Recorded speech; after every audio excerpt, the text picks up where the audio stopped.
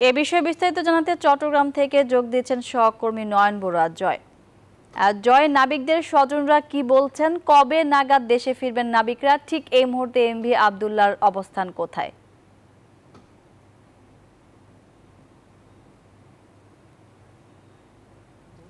তাকে এই আব্দুল্লাহ জাহাজের অবস্থান এখন দুবাইয়ের দিকে তারা যাচ্ছে বলে আমাদেরকে জানিয়েছেন। যেহেতু দুবাই যেতে আরও কিছুদিন সময় লাগবে, 19 তারিখের দিকে তারা পৌঁছবে বলে আমাদেরকে জানিয়েছেন মালিক পক্ষ। আমি আছি আতিকুল্লাহ খান, বলতে যে জাহাজ জিম্মিতে ছিল সেই জাহাজের চিফ অফিসার আছেন আতিকুল্লাহ খান, এখানে থাকে এখানে।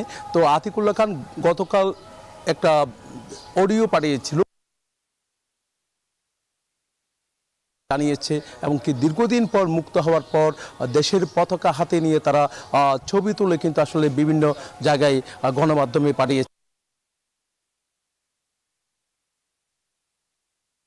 তাদের এখন স্বস্তি ফিরেছে। তাহলে এতদিন যে একেবারে বিকাশে কম খরচে ক্যাশ আউটের লিমিট বেড়ে 50,000, প্রিয় এজেন্টও 2টা। 31 দিন কিন্তু যেখানে একেবারে জিম্মি দশায় ছিল তারা, আমরা দেখছি এই জিম্মি দশা থেকে মুক্তি পাওয়ার পর আমরা দেখলাম তারা খুব খুশি আমরা দেখছি। তবে দুবাই পৌঁছার পর তাদের যে একেবারে তাদের যে শঙ্কা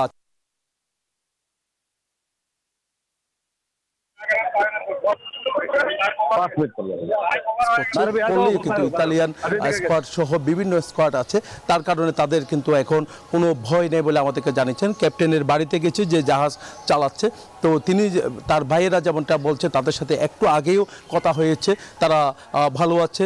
এখন মনের মধ্যে সেই আশায় কিন্তু তারা আছেন। এই ছিল আমার এখানকার সর্বশেষ। ফিরে যাচ্ছি স্টুডিওতে। জয়, আপনাকে ধন্যবাদ যুক্ত হবার জন্য।